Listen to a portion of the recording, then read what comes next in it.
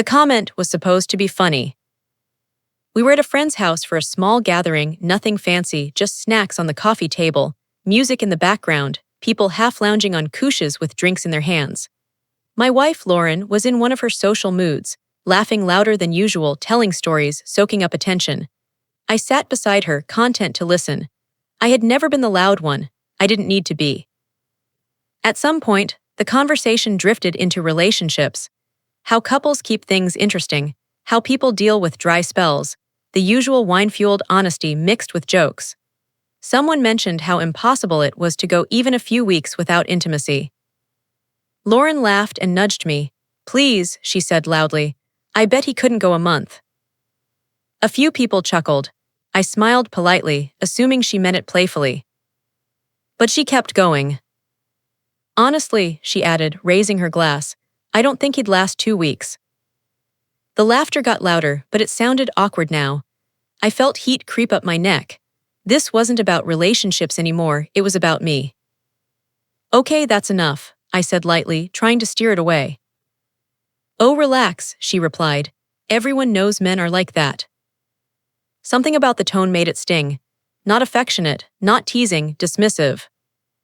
Someone joked, "Sounds like a challenge." Lauren grinned. "I'd bet money on it." I turned to her slowly. "A bet." She looked confident, amused. "Sure, a month, no intimacy, you wouldn't make it." For a moment, I considered laughing it off like I usually did. But something inside me shifted, not anger, just clarity. I didn't want to be the joke anymore. "Okay," I said calmly. Her smile faltered. "Okay, what?" "I'll take the bet." The room went quiet. Lauren blinked. "You're serious?" "Yes." Now she looked uncertain, glancing at our friends, as if hoping someone would jump in and turn it back into a joke. "You'll give up," she said, but her voice lacked conviction. "Maybe," I replied, "but if I don't, you owe me an apology, right here in front of everyone." Her cheeks flushed. "It was just a joke." "Then you shouldn't be worried." No one laughed this time. The first week at home felt normal, almost too normal. We cooked dinner, watched TV, talked about work. But there was tension under the surface, like a wire pulled too tight.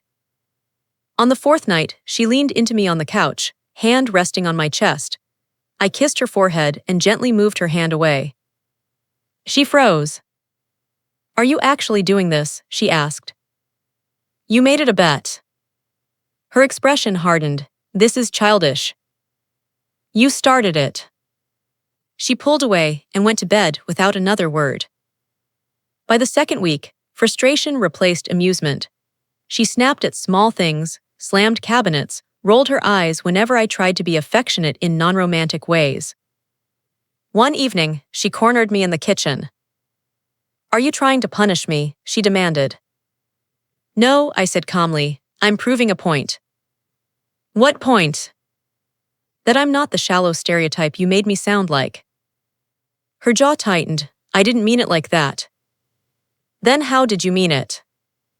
She had no answer. By the 3rd week, something unexpected happened. The distance stopped feeling like a game.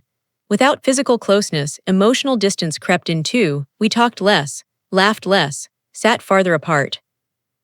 One night, she said quietly, "I miss you." "I'm right here," I replied. She shook her head. "No, you're not." That hurt more than anything else. But I stayed steady, not cold, just calm. Day 30 arrived quietly. No countdown, no dramatic moment. Just another evening in the kitchen, dishes drying on the rack, the hum of the refrigerator filling the silence. Lauren sat across from me, fingers twisting together. "You did it," she said softly. I nodded. Her eyes filled with tears, so I lost. It wasn't about winning. She wiped her face. "I humiliated you, did I?" I didn't answer right away. "Yes," I said finally, "but what hurt more was that you didn't seem to care." She broke down completely then, shoulders shaking. "I was trying to be funny," she sobbed. "I wanted people to laugh. I didn't think about how it would feel for you." I reached across the table and took her hand. I never needed the bet, I said quietly. I just needed respect. She gripped my hand tightly, like she was afraid I might pull away. I'm sorry, she whispered. Not just for the joke, for making you feel small. This time it sounded real, not defensive, not performative. Later that night, we lay in bed, closer than we had been in weeks. She rested her head on my chest, tracing small circles on my arm like she used to. I was scared, she admitted in the dark. Of what? That maybe you didn't want me anymore. You stopped chasing me, so I made a joke first. The confession stunned me. You thought I didn't want you. You became safe, she said softly. Steady, I didn't realize how much I needed to feel desired too. Everything suddenly made sense. The joke wasn't really about mocking me. It was about her own insecurity, badly disguised as humor. I pulled her closer. You never had to hurt me to feel wanted, I said. I know, she whispered. Nothing dramatic happened after that. No grand speeches, no movie-style reconciliation, just quiet understanding, the kind that grows slowly but holds stronger. I learned something that month. Respect is the foundation of love. Without it, even jokes can cut deeper than betrayal. And Lauren learned something too. Attention gained at your partner's expense always costs more than it's worth. We never spoke about the bet again. We didn't need to. Because from that night on, she never turned me into the joke in the room, and I never forgot how close we came to losing something real over a few careless words.